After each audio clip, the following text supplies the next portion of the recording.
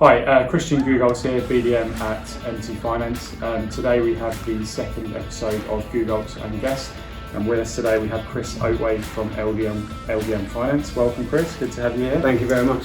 So just a few questions for you today, just to kind of get an idea of how the market is at the moment. How are you finding the market currently? It's an interesting time, isn't it? Yeah. An interesting time. There's a lot of changes going on, and it's unpredictable. The residential market has shown that it is an incredibly resilient place to be. We haven't seen prices drop off too much in most areas. We've seen transaction levels remain high in a majority of places. I think it's surprised a lot of people.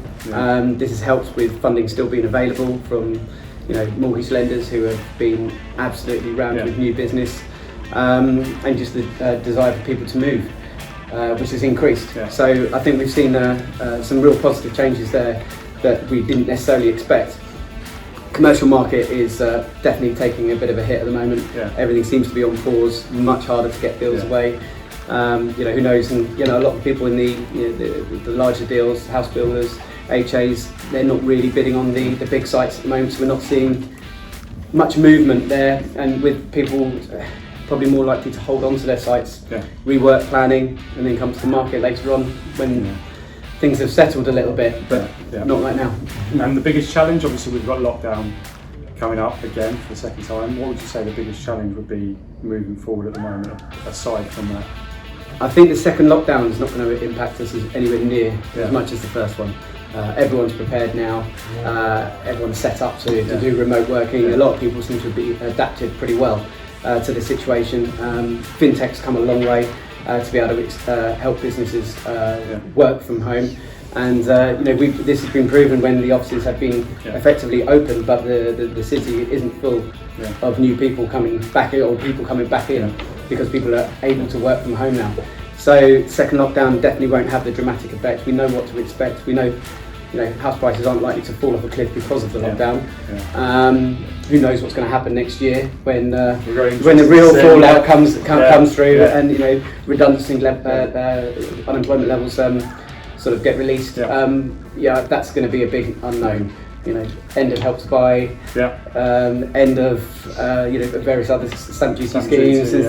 We really just don't know what's going to happen. And on the back of that, obviously you had certain expectations from lenders. If you could be granted one wish from any lender or from lenders, what would it be? I think we're struggling at the minute for service levels. So I think if you look at average bridging times, I read some of as 50 days plus.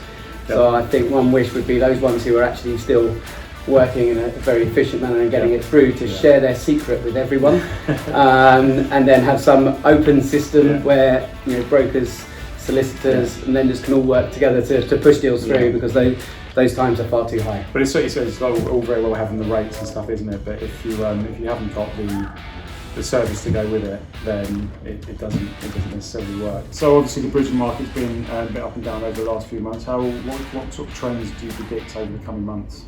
Well, we've seen a big increase over recent times just in the demand for regulated bridging.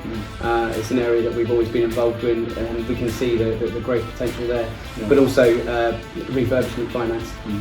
This seems to be going up, and we're getting more and more interest where people are extending their existing homes, or trying to purchase on auction for below market value, where there's certainly plenty of stock available. So I can see this continuing over the next few months. Good. Hopefully, fingers crossed. And last question for you. I always say be kind for this one. How would you describe LDNfinance in 3 words? I'd say flexible, efficient and friendly.